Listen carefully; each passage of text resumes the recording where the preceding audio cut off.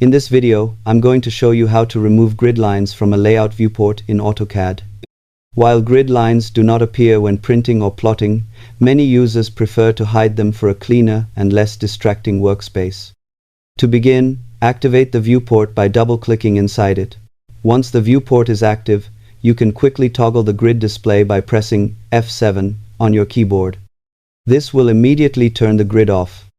Alternatively, you can use the command line. Type grid and press enter, then type off and press enter again. This will disable the grid display in the active viewport. If you ever need the grid back, simply press F7 again or use the grid command and choose on. Removing the grid can make your layouts easier to view and help you focus on the drawing itself. This is especially useful when working on detailed sheets where visual clarity is important. A cleaner viewport can also make it easier to review annotations, dimensions, and other drawing elements. Thanks for watching, and happy drafting in AutoCAD.